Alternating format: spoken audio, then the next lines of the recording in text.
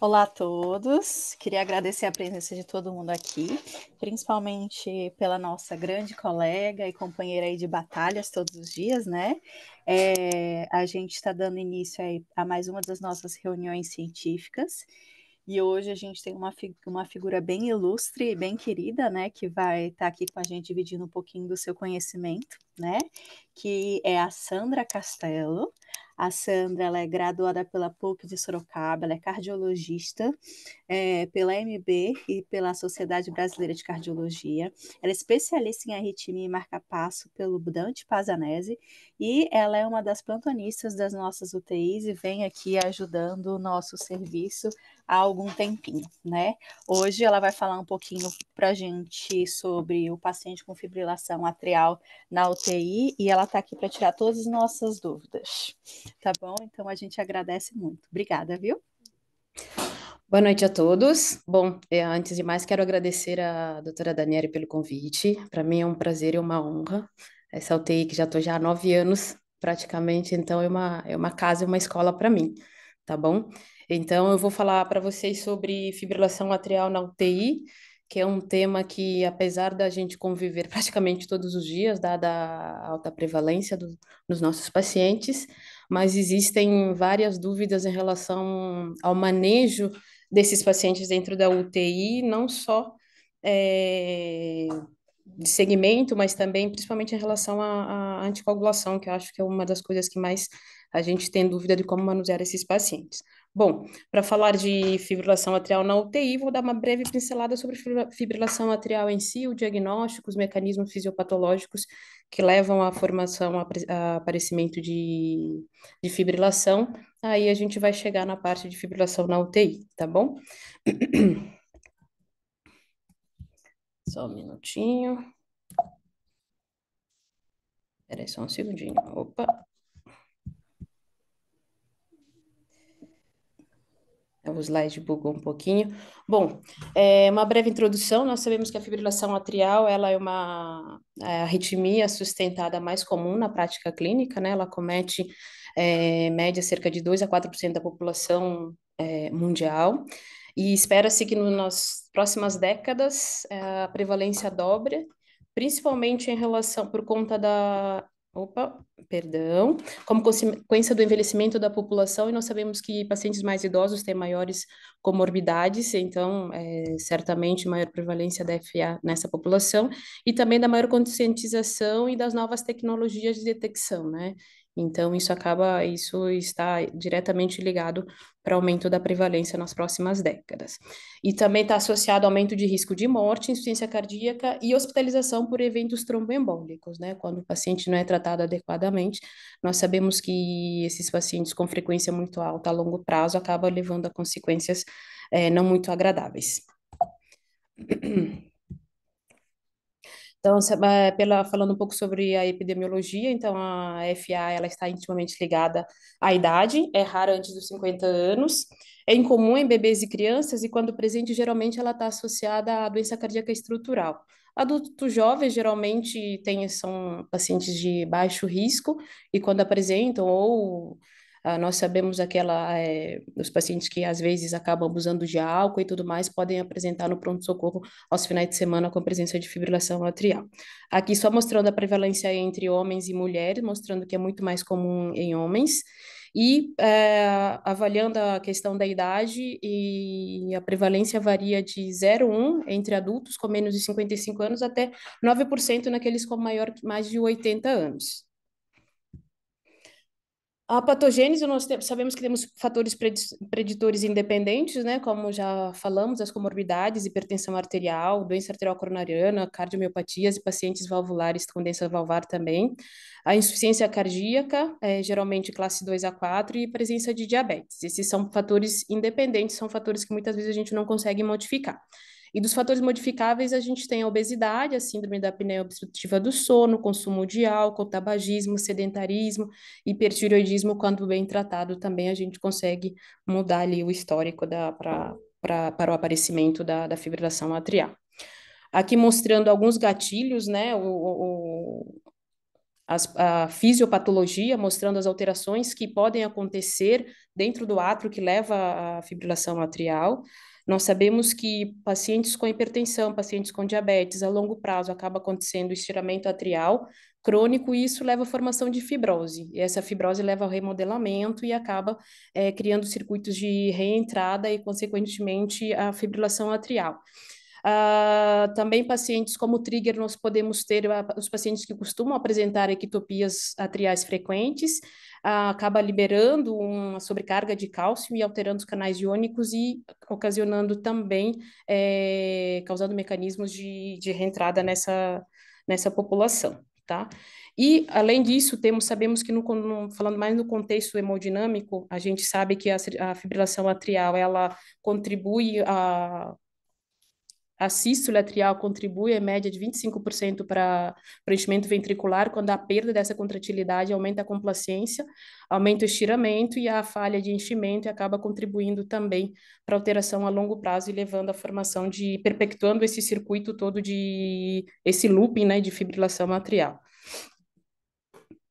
Falando um pouco brevemente da classificação, nós sabemos que temos a FA paroxística, que é aquela autolimitada, geralmente dura menos de 7 dias.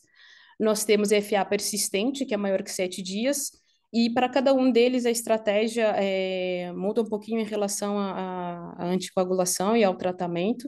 E temos a FA persistente de longa duração, aquela que dura mais de 12 meses e que geralmente a gente tenta sempre tentar reverter para ritmo sinusal. E temos a fibrilação permanente, que é aquela que já houve tentativas de reversão para sinusal e a longo prazo a gente acaba optando por controle da frequência apenas nessa população, tá? Porque ele já tem algumas alterações estruturais já que não se beneficiam de controle de reversão para ritmo sinusal. E temos hoje uma outra entidade, a FA subclínica ou FA oculta, que são pacientes que apresentam sintomas, geralmente são assintomáticos e que muitas vezes apresentam num contexto de um evento embólico, um AVC, eles acabam internando e durante a investigação ou no holter de 24 horas a gente acaba pegando ali episódios paroxísticos de fibrilação atrial e para a gente que trabalha com marca-passo, a gente acaba pegando também durante a avaliação do dispositivo, a gente encontra episódios nas 24 horas que pacientes acabam apresentando, mas muitas das vezes esses pacientes acabam não tendo nenhum sintoma relatado da fibrilação atrial, como palpitações e tudo mais. Então, a gente acaba colocando como FA subclínica, que é de extrema importância quando a gente tem um paciente que tem evento embólico e não tem uma fibrilação atrial documentada.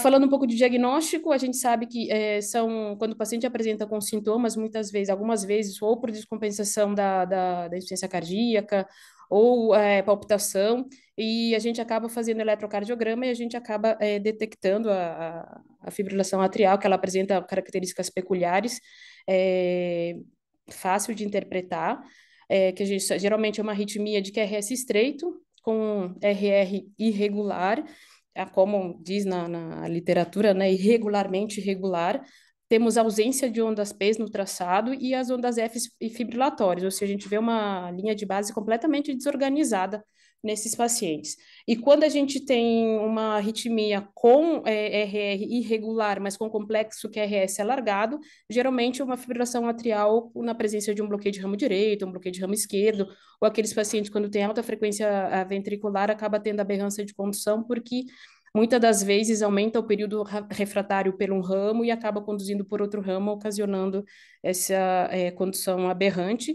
E algumas situações também de pacientes com via acessória, a gente acaba tendo um QRS alargado e acaba confundindo o diagnóstico, mas o que nos ajuda bastante é a presença da irregularidade dos complexos QRS, facilita no diagnóstico da fibrilação atrial. A apresentação clínica, a gente sabe que alguns pacientes podem apresentar de forma assintomática e cerca de 90% dos pacientes eles acabam internando com um diagnóstico com sintomas de insuficiência cardíaca e quando vai fazer exame físico você vê que esses pacientes muitas vezes têm um ritmo, uma ausculta irregular, ele acaba referindo que tem palpitações eventualmente, pacientes podem apresentar com falta de ar, fadiga, dor no peito, tontura, e frequentemente esses sintomas, a presença da fibrilação atrial a longo prazo pode trazer efeitos adversos como hospitalização, insuficiência cardíaca, AVC e eventos embólicos, não só no AVC, mas como em outros órgãos também, tá? Em alguns pacientes, como com a idade, a gente pode ter declínio cognitivo, né, pela demência vascular, e alguns pacientes também podem apresentar com depressão.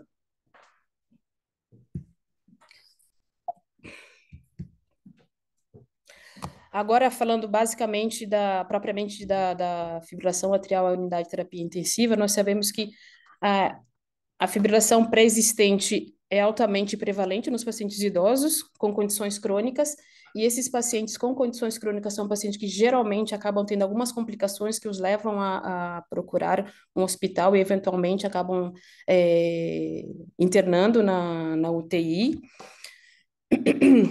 E esses pacientes, se a gente faz o diagnóstico de fibrilação dentro da UTI, aqueles pacientes que não têm fibrilação prévia, mas a gente sabe que essa, quando aparece, é uma complicação comum em pacientes com doenças críticas. Vou falar mais para frente sobre a fisiopatologia, do porquê que esses pacientes têm chances maiores de apresentarem fibrilação dentro da UTI, tá? E é um preditor independente de mortalidade, com uma incidência de cerca de 5% quando se considera todas as admissões na UTI. Essa taxa, alguns estudos mostram que é ainda mais alta quando os pacientes apresentam com sepse grave. Existem vários mecanismos e múltiplos fatores envolvidos no aparecimento da fibrilação na UTI em pacientes com doença aguda. Então, falando sobre a fisiopatologia, como a gente falou, na presença de FA pré-existente, esse remodelamento estrutural e elétrico que acontece geralmente é uma coisa mais crônica. Já no paciente do contexto de UTI, as bactérias, os marcadores inflamatórios elevados, a estimulação adrenérgica excessiva, são todos gatilhos que fazem com que haja um remodelamento mais acelerado. Então, por isso, esses pacientes acabam se apresentando muitas vezes com instabilidade hemodinâmica, que a gente precisa tomar uma conduta mais rápida. Então, as bactérias podem se depositar diretamente no miocárdio, levando à fibrose atrial. Os marcadores inflamatórios, elas causam dano oxidativo dos miócitos, e a ativação do sistema renina-angiotensina também, espécies reativas de oxigênio, acabam contribuindo também para remodelamento estrutural. E na parte, quando há estimulação excessiva, a gente sabe que o paciente com sepsis tem aumento de liberação de catecolaminas, algumas das vezes eles têm uma disfunção autonômica, e a gente acaba usando drogas vasoativas em pacientes estáveis, e sabemos que essas drogas, por exemplo, aquelas que têm efeito cronotrópico, eles acabam aumentando a frequência, e isso também pode ser como gatilho para desenvolver a fibrilação atrial. Além da dissincronia ventilatória também, que é relatado em alguns estudos que pode contribuir para aparecimento de fibrilação atrial na UTI. Então, isso aqui só para mostrar que a gente tem, num contexto pré-UTI, os fatores contribuintes, como idade, diabetes, insuficiência cardíaca e doença renal crônica, que contribuem para a ativação do sistema renina-angiotensina e liberação de substâncias inflamatórias, causando essa remodelação tanto estrutural quanto remodelação elétrica, e isso acaba, num átrio normal, eles acabam levando a aceleração da remodelação e levando a aparecimento de fibrilação atrial. Ainda dentro da UTI, a gente sabe que a cirurgia, a infecção bacteriana, a sobrecarga de volume, o uso de drogas e sepse, todos eles contribuem para a estimulação adrenérgica e aceleração da fibrose nesses pacientes, tá? E algumas toxinas também, pacientes com tirotoxicose, pacientes que apresentam uma frequência alta por muito tempo, pacientes com isquemia miocárdica e pacientes com alterações eletrolíticas acabam desenvolvendo trigger para aparecimento da fibrilação atrial. Então, por isso que é importante no contexto de UTI tentar sempre avaliar essas situações, o que a gente puder evitar, as causas reversíveis, o que a gente puder tratar para não aparecimento da fibrilação atrial. Com isso, a gente sabe que quando o paciente apresenta... Pois não? Alô, você falou comigo, Dani? Pode seguir, pode seguir. Ah, tá. Então, com isso, a gente sabe que quando o paciente, que a presença de FA, a contração de forma descontrolada do átrio leva à perda do impulso atrial e prejudicando o enchimento ventricular durante a diástole. Essa alta frequência leva à diminuição do débito cardíaco e comprometimento hemodinâmico. Já sabemos que é um marcador de doença, de gravidade da doença, tanto quanto provável contribuinte para desfechos desfavoráveis, e está associada a aumento a curto e a longo prazo de risco de AVC, insuficiência cardíaca e morte.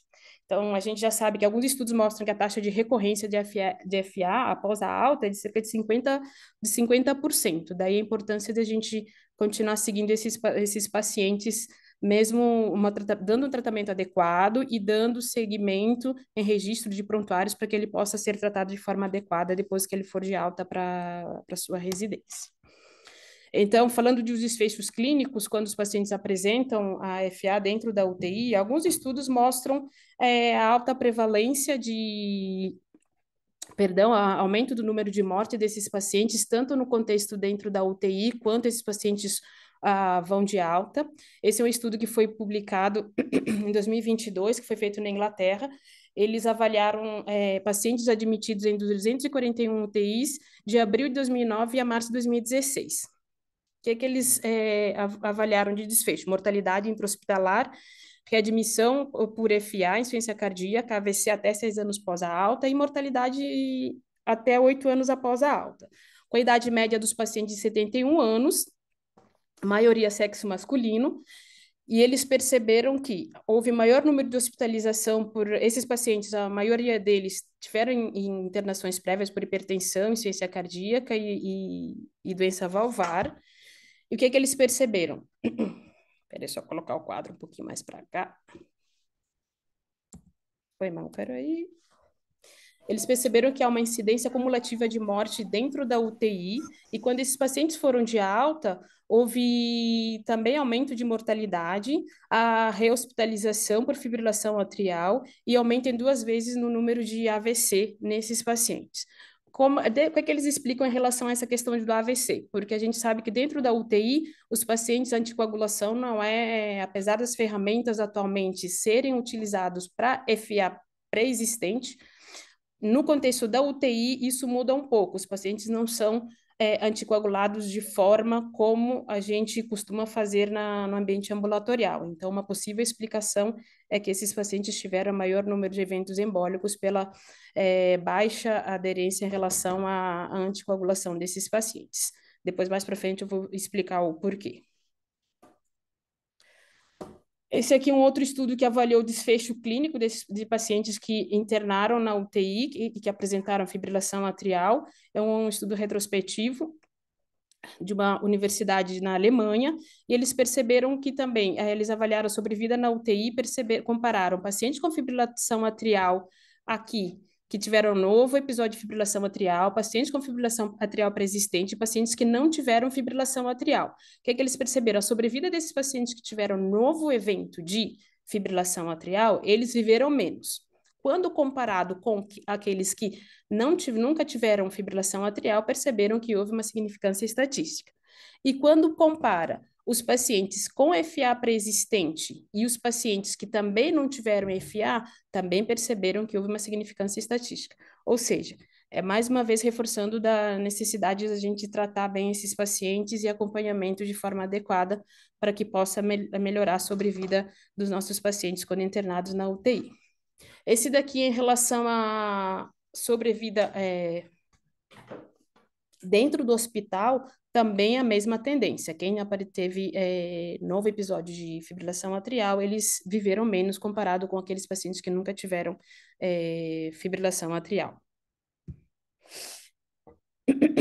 E quando coloca a sobrevida em 28 dias, com a significância estatística, então esses pacientes eles acabam morrendo mais comparado com os outros pacientes que nunca tiveram FA, ou aqueles pacientes que tiveram FA, que já tinham FA, mas que internaram por alguma outra causa.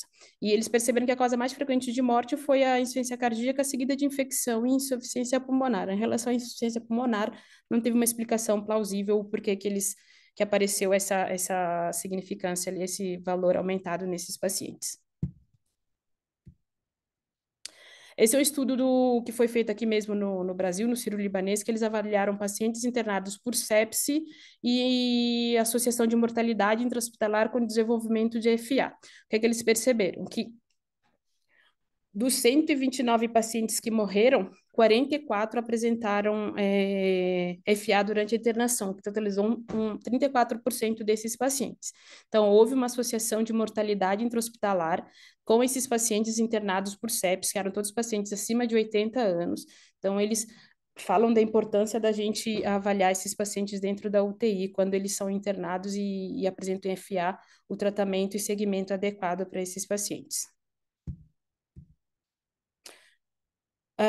Todos os estudos anteriores são estudos assim de um único centro, né? E esse daqui é uma meta-análise que avaliou, englobou vários estudos e incluíram 15 estudos nessa avaliação.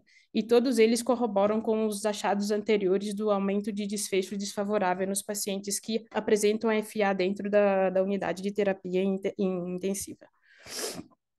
Esse daqui é só o gráfico mostrando a análise quando eles compararam os dois grupos de pacientes e mostraram que a mortalidade em um ano ele é prevalente nesses pacientes, é maior nos pacientes que apresentam fibrilação atrial.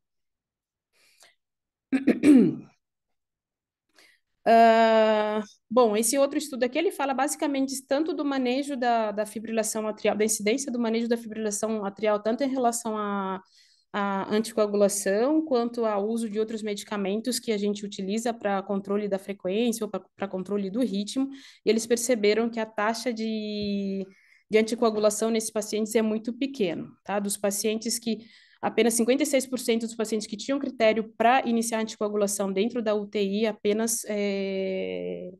só 56%, perdão, receberam anticoagulação adequada. E a mortalidade em um ano também foi maior nos pacientes com fibrilação atrial. Então, eles falam que existe uma explicação plausível para a associação da fibrilação atrial com a mortalidade. A perda da contratilidade nesses pacientes, no contexto de pacientes críticos, que a gente sabe, pacientes que apresentam síndrome coronariana, pacientes com insuficiência cardíaca, pacientes com choque e vasoplegia pós-operatória. Então, essa perda da contratilidade afeta negativamente, levando à redução da pressão arterial e muitas vezes aumentando a necessidade de drogas vasoativas. E esses pacientes com mais drogas vasoativas, mais eles podem ter ainda um trigger para perpetuar ainda mais a FA. Então, entra naquele ciclo vicioso ali e acaba aumentando a mortalidade dentro da UTI. Em relação a complicações tromboembólicas precoces também nesses pacientes que apresentam, porque o paciente da UTI, paciente com sepsis, a gente sabe que eles já são pacientes que têm uma procoagulabilidade, então isso acaba contribuindo também para aparecimento de complicações tromboembólicas e muitas vezes a gente não consegue anticoagular nossos pacientes, né? Porque eles têm alguma coagulopatia, insuficiência renal, um pós-operatório que ainda não está liberado para fazer anticoagulação, então tudo isso acaba contribuindo, atrapalhando o manejo dos nossos pacientes. Estou falando de tratamento, basicamente lembrando da fisiopatologia, então é importante a gente identificar as causas reversíveis ou precipitantes, como a hipervolemia, inflamação, hipóxia, anemia e outros desequilíbrios eletrolíticos, infecções e descompensação de doenças crônicas. É importante a gente tratar para evitar aparecimento da fibrilação atrial. E quando a gente tem duas modalidades de tratamento. Quando o paciente está instável hemodinamicamente, é bem mais fácil da gente manusear. Cardioversão elétrica, em caso de instabilidade, a gente acaba usando uma energia de 100 a 200 joules para tentar controlar, reverter para ritmo sinusal, controlar a frequência e melhorar a hemodinâmica do paciente. E quando o paciente está estável, o controle da frequência deve ser planejado. A gente sabe que nesses pacientes, se eles estiverem estáveis, a gente não corre atrás de reverter para ritmo sinusal, mas o mais importante é a gente tentar controlar a frequência para diminuir a frequência cardíaca para que a gente possa manter os nossos pacientes de mais estável possível. Então, das drogas utilizadas para controle da frequência, a gente tem os beta-bloqueadores são droga de primeira linha, principalmente em pacientes com doença arterial coronariana e em pacientes com insuficiência cardíaca. Qual é o problema da gente usar beta-bloqueadores nos nossos pacientes dentro da UTI? A gente sabe que Na maioria das vezes a gente não consegue, porque esses pacientes estão em uso de drogas vasoativas, então a gente sabe que os beta-bloqueadores são vasodilatadores e são drogas com propriedades inotrópicas negativas, então muitas vezes a gente não consegue usar essas drogas para controle da frequência nesses pacientes. Apesar dele estar associado a menor mortalidade, então a gente tem esse problema, essa limitação, muitas vezes, de usar esses medicamentos. Os mais indicados para tratamento, assim, para baixar, controlar a frequência, naqueles pacientes que a gente quer controlar a frequência de forma mais rápida, temos os beta-bloqueadores intravenosos, o metoprolol e o esmolol, que podem ser utilizados, são cardioseletivos e de curta duração, então são medicamentos excelentes para controle da frequência de forma rápida, mas que nem sempre a gente consegue utilizar. Os bloqueadores de canal de cálcio, também eles são medicações de primeira linha para controle de frequência em pacientes ambulatoriais, mas acaba caindo na mesma explicação dos beta-bloqueadores por serem vasodilatadores e com efeito inotrópico negativo, perdão. Então, tem essa limitação para a gente utilizar os bloqueadores de canal de cálcio no contexto de paciente em terapia intensiva, salvo se esse paciente estiver estável, não tiver em uso de drogas vasoativas e tiver uma função sistólica normal. Já no caso dos beta-bloqueadores, a gente é bom, principalmente para pacientes com função sistólica reduzida, mas já os bloqueadores de canal de cálcio a gente não pode usar em pacientes com função sistólica reduzida, apenas se ele tiver função sistólica normal e sem estar em uso de drogas vasoativas. A miodarona, apesar de ser um medicamento de segunda linha para tratamento de controle da frequência, a gente usa geralmente em bolos e a gente acaba deixando uma dose de manutenção para impregnação, porque a gente sabe para usar a miodarona para efeito de controle da frequência, ele precisa de uma dose de impregnação, que geralmente, nos pacientes ambulatoriais, é em torno de 10 gramas, para a gente conseguir a dose de impregnação. Na UTI, a gente pode usar de 900 a 1.200 miligramas em 24 horas, e a dose recomendada é 1 miligrama por minuto por 6 horas, seguido de 0,5 miligramas por minuto nas restantes 18 horas. Ela inibe a estimulação adrenérgica, pode ser eficaz em casos refratários a medicamentos de primeira linha, ela tem um início de ação lenta, muitas vezes em comparação com os beta-bloqueadores ou bloqueadores de canal de cálcio, mas é uma droga que tem contraindicações absolutas mínimas, então a gente usa ela com mais segurança nos nossos pacientes críticos. Desvantagem, em algumas situações pode causar hipotensão, toxicidade orgânica, a pneumonia intersticial, mas isso são pacientes que usam mais a longo prazo, que a gente acaba vendo esses efeitos negativos da miodarona. O magnésio é também uma das medicações que a gente pode utilizar, ela altera a atividade dos canais iônicos, aumenta o período refratário, diminui a automaticidade e acaba ajudando no controle da frequência e algumas vezes até pode reverter para ritmo sinusal nesses pacientes. Tá? Então, uma droga que a gente também pode usar com segurança no contexto de pacientes de terapia intensiva. A digoxina, também um glicosídeo, a gente pode utilizar, assim como a miodarona, ela tem poucas contraindicações absolutas, ela ajuda, junto com beta-bloqueador em pacientes para controle da frequência em pacientes com insuficiência cardíaca e com hipotensão, a gente sabe que ela ajuda bastante nesses pacientes, e a gente tem que tomar cuidado em pacientes que têm distúrbio eletrolítico ou que têm disfunção renal, a gente sabe que a chance de intoxicação por digital é um pouquinho maior nesses pacientes, então a gente tem que tomar cuidado ao administrar a digoxina nesses pacientes, mas também é uma alternativa para controle da frequência quando a gente sabe que não podemos usar beta-bloqueador nesses pacientes.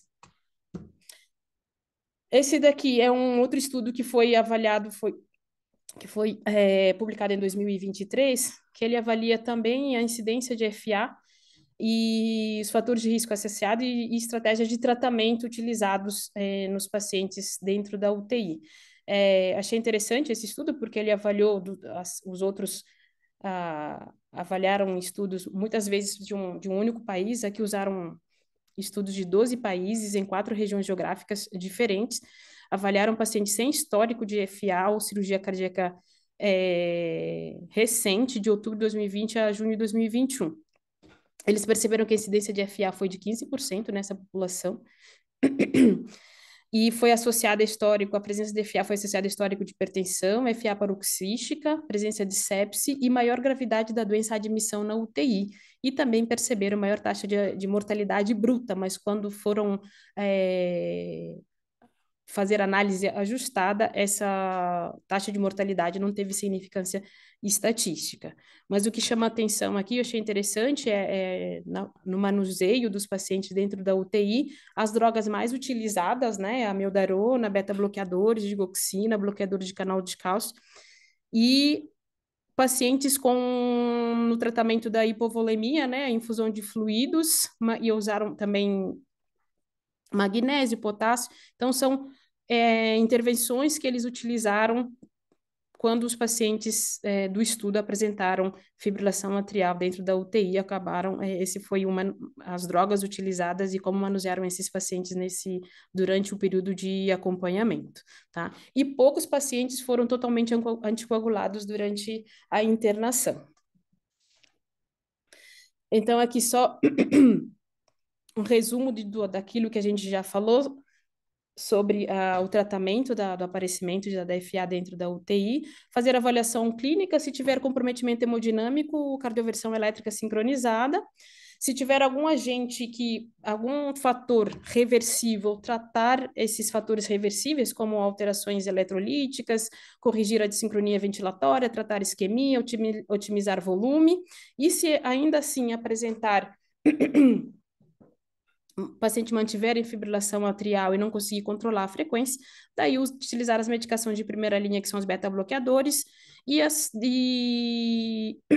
ainda no controle, se não conseguir controlar com os medicamentos de primeira linha, a gente tem a opção de usar sulfato de magnésio e a infusão de amiodarona nesses pacientes. E, na verdade, no dia a dia, a gente sabe que pelos nossos pacientes, a gente acaba usando mais a amiodarona, que é o que nos dá mais segurança, tendo em vista o perfil dos pacientes que estão internados dentro da UTI.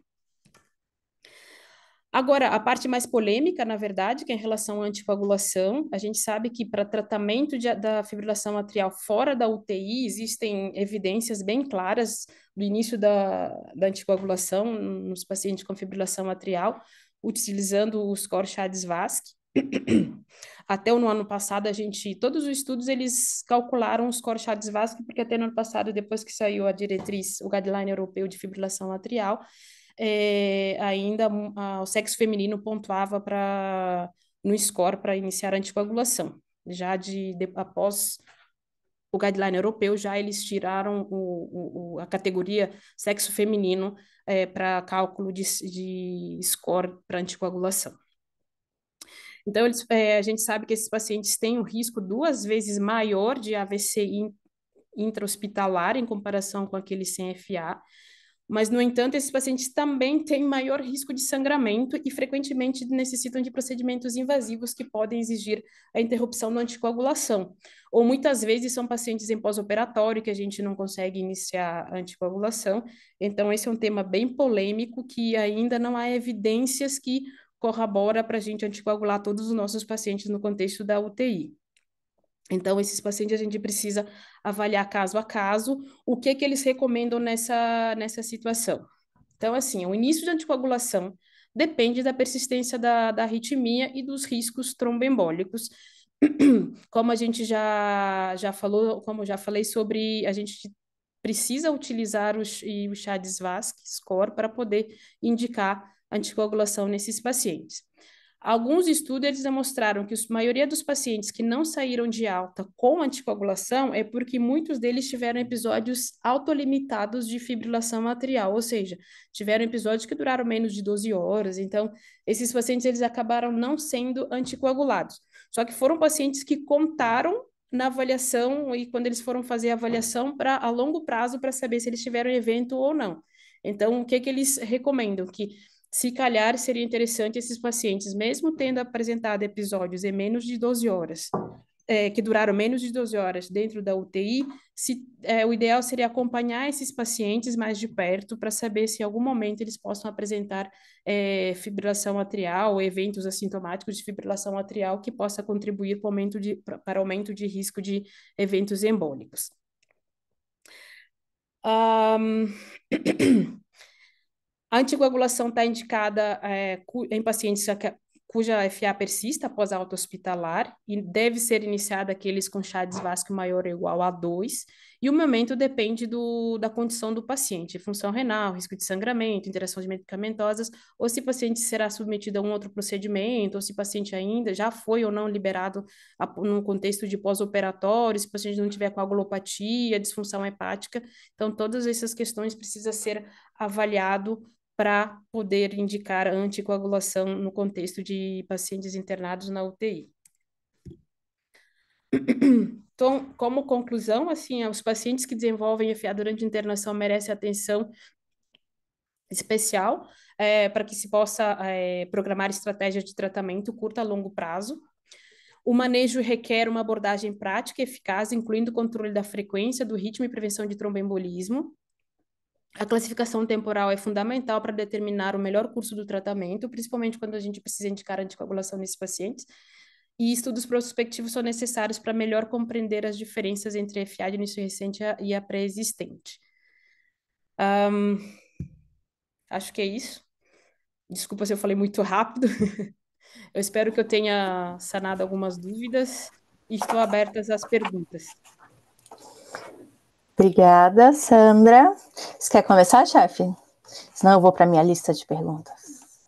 Não, acho que só inicialmente agradecer a aula, uma aula que eu acho muito importante para todos nós, e sempre a mesma dúvida, né, Sandra? E muito focada aí por você, os pontos centrais da dúvida do intensivista, que é a história do controle de frequência, ou não, da cardioversão do controle de frequência, acho que você colocou isso muito bem. E mesmo entre nós, né, no nosso dia a dia, a gente ainda encontra situações, né, Sandra, em que a gente fica na dúvida, né? Sim, sim. Recentemente, na Geral 1, a gente teve uma discussão sobre isso, vamos tentar reverter, vamos tentar só baixar a frequência, e eu acho e entendo da sua apresentação que cada vez mais a gente está com a postura conservadora, como é típico da medicina intensiva, né? Ou seja, na minha geração da medicina intensiva, nós tínhamos uma postura extremamente agressiva em termos de cardioversão. E hoje a gente, como tudo mais que a gente tem feito na terapia intensiva, e eu entendo que sua fala foi muito nesse sentido, mas eu queria só te ouvir falar mais um pouco dessa mudança de perfil, né? Para um perfil de vamos esperar que daqui a pouco esse doente pode ser que ele, se for para ele reverter, ele vai sair, vamos só controlar essa frequência, né? Então eu tenho tido essa impressão.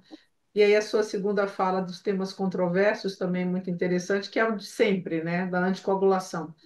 E aí a minha pergunta para você é até uma pergunta meio filosófica, assim, Sandra, que é a continuidade, sabe? Quer dizer, nós vivemos uma situação social tão difícil nos nossos pacientes e muitas vezes os pacientes não vão ter condição, muitas vezes, de continuar essa anticoagulação depois. E o que, que vale a pena a gente, nesse contexto, anticoagular o doente enquanto ele está na terapia intensiva, sem nenhuma certeza que esses pacientes vão conseguir ter o benefício a longo prazo dessa.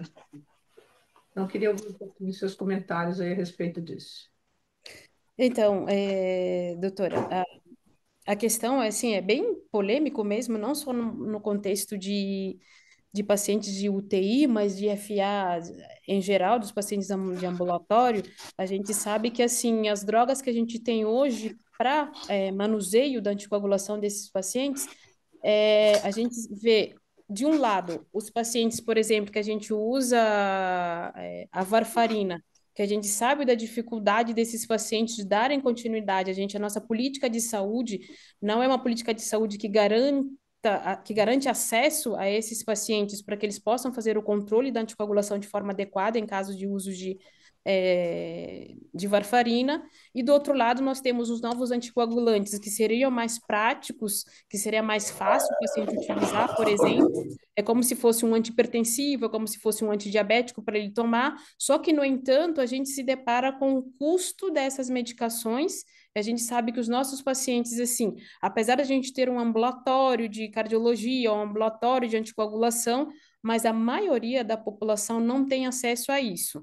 Então, a gente vê, assim, uma faca de dois gumes. onde se eu dar a varfarina para o paciente, eu preciso acompanhá-lo para fazer o controle do INR, porque a gente sabe do risco de sangramento em caso dele não controlar adequadamente, ou se ele não tomar a medicação de forma adequada, ele pode ter evento embólico, mas a gente sabe que eu tenho outras opções de tratamento, mas que esses pacientes não têm acesso, tá? No contexto, quando a gente dá a alta do paciente da UTI, a gente sabe que o segmento deveria ser da enfermaria para o ambulatório para depois eles seguirem o caminho. Só que a gente não tem esse link, ele se perde no meio do caminho. Então, acho que o problema está nesse sentido, da gente não conseguir dar continuidade por conta das nossas políticas de saúde. E com relação à minha primeira pergunta, você concorda que está tendo uma mudança de postura ao longo do tempo, da cardioversão para o controle da frequência, claramente, assim, que hoje a gente cardioverte cada vez menos esses pacientes? Sim, uma das explicações é que muitas vezes os nossos pacientes, assim, no contexto da UTI, a gente sabe que algumas causas que levam ao aparecimento de fibrilação atrial são causas reversíveis. Então, a gente acaba priorizando tratar a causa reversível enquanto eu tento controlar a frequência, e no caso desse paciente eu não conseguir controlar o fator que levou a essa fibrilação atrial, se eu não conseguir controlar a frequência, o paciente não reverteu nos próximos dias, que a gente sabe que alguns pacientes eles podem reverter para ritmo sinusal nos próximos dias, quando diminui a inflamação, quando diminui o uso de drogas vasoativas, eu sei que eles podem voltar ao ritmo sinusal, aí nesses pacientes eu programo a reversão para ritmo sinusal. Por quê? A gente sabe que quando o paciente fica mais de 48 horas em fibrilação atrial, obrigatoriamente eu preciso anticoagular esse paciente para depois pensar em reverter para ritmo sinusal. Porque a partir já de 48 horas eu sei que ele tem maior chance de ter eventos embólicos, então eu não posso simplesmente falar, eu vou cardioverter esse paciente, ele está 3 dias em FA, eu vou cardiovertê-lo para tentar reverter para ritmo sinusal. Então, nesses pacientes, obrigatoriamente, eu preciso anticoagular. Então, por isso que logo de início, o que é que os estudos recomendam? É a gente tentar controlar a frequência primeiro, sabendo que eles podem reverter sozinhos, não revertendo sozinho, eu planejo em segundo momento cardioverter esse paciente, tanto fazendo cardioversão farmacológica ou cardioversão elétrica, mas de uma forma programada, não simplesmente ir cardioverter já só porque eu preciso voltar. Eu sei que eu preciso dessa contribuição da sístole atrial para a hemodinâmica do paciente, mas, no entanto, eu tenho que avaliar caso a caso, paciente a paciente, para saber em quem eu tenho que correr atrás para reverter para ritmo sinusal. Principalmente no contexto da UTI, em que os pacientes são mais idosos. Pacientes mais jovens, a conduta é um pouco parecida, mas é um paciente que eu posso ser um pouquinho mais agressivo. Mas pacientes mais idosos eu posso simplesmente controlar a frequência e depois programar a reversão para sinusal num segundo momento, de acordo com a patologia de base que ele tiver também, de acordo com a estrutura do coração dele, se realmente o coração dele permite que eu tente reverter para ritmo sinusal. Tem umas perguntas aqui, Sandra. É, parabenizando. E a FA no pós-operatório de cirurgia cardíaca? A gente trata, a gente aguarda? O pós-operatório de cirurgia cardíaca, ele acaba entrando também na mesma. Em se tratando de pacientes de terapia intensiva, a gente sabe que o pós-operatório são pacientes que mais apresentam fibrilação atrial, tá? Então, esse paciente também, o tratamento não muda muito. Eu controlo a frequência dele, se ele estiver instável, eu faço a cardioversão, e se ele estiver estável, eu controlo a frequência, e sabendo que esses pacientes cardiopatas são os pacientes que, se não tiverem com drogas vasoativas, é aquele paciente que eu uso beta-bloqueador com segurança. Então, o tratamento não difere em relação a outros pacientes de terapia intensiva. Tendo FA, se instável, cardioverte, se estável, controla a frequência, se persistir por mais de 3 dias, daí a gente avalia o plano de anticoagulação e reversão para ritmo sinusal. Tem uma pergunta aqui do Flávio que fala que todo mundo está te parabenizando, né? Mas depois, há algum cuidado para a prevenção de FA de início recente em pacientes graves? Nos pacientes graves, como falei dos fatores predisponentes, por exemplo, é a gente tentar tratar essas causas reversíveis para evitar que esses pacientes venham apresentar FA. tá? Corrigir volume, corrigir anemia, titular droga vasoativa. Então, todas essas medidas vão nos ajudar no manuseio e na tentativa de prevenção de aparecimento de fibrilação atrial dentro da UTI. Tem uma pergunta da Cintia aqui, capciosa. Ela coloca Vou assim: falar para ela você, responder. você não acha que o benefício de anticoagulação é a longo prazo? Os estudos apontam que o benefício da anticoagulação oral na prevenção do AVC é de anos. O ideal não seria anticoagular somente após passar no escuto agudo? Na verdade, sim, anticoagulação em geral, né? Não só oral. Tipo infecção, pós-operatório e assim sucessivamente. Ah, sim, na verdade, o manuseio da anticoagulação, os estudos mostram que são planejamentos de médio a longo prazo, tá? No contexto de paciente agudo mesmo, na maioria das vezes eu não consigo anticoagulá-lo dentro da UTI.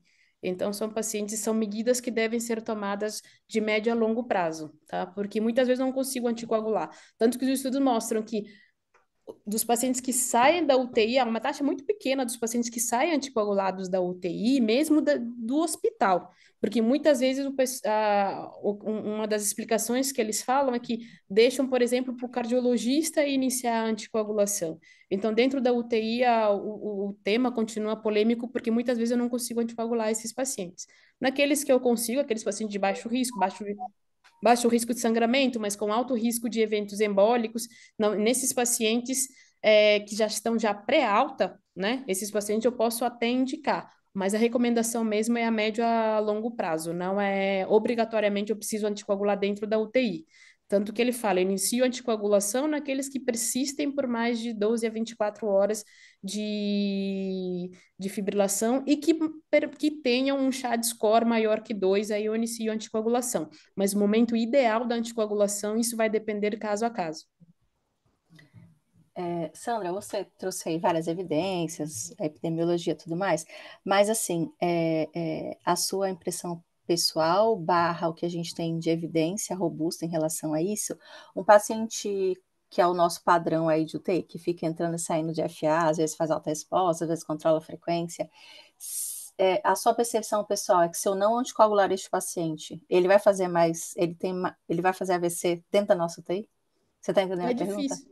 É difícil, Entendeu? depende Porque às vezes a depende gente fica querendo anticoagular todo mundo e a gente fica diante de muitos eventos adversos, entendeu? Principalmente Sim, relacionados ao sangramento. Mas, sim. assim, será que realmente o não anticoagular esse público, eles vão... A gente tem muita evidência de que sim, vai aumentar muito a chance dele fazer AVC? Não, as evidências são bem fracas, tá? Todos os estudos que fizeram menção ao uso de anticoagulação não têm dados assim robustos que fala para você iniciar a anticoagulação dentro da UTI em si. Eles fazem recomendação de que esses pacientes você deva avaliar a anticoagulação, se tiver um risco embólico grande, mas as evidências não são robustas, Dani. Eu tenho uma outra pergunta aqui que também é de US$ 1 milhão, e eu acho que não tem muita... Não é tão simples assim, porque... Mas... aquele paciente que está extremamente grave na UTI, como é que eu consigo entender se a FA é consequência ou a causa da gravidade dele? Boa pergunta. Tipo, quando que eu acho que eu tenho que tentar cardioverter este paciente, entendeu? Se tem algo a mais que a gente possa utilizar ou não, vai ser o feeling da hora mesmo, tem... Acho que depende do feeling da hora, Dani. Porque o que que acontece?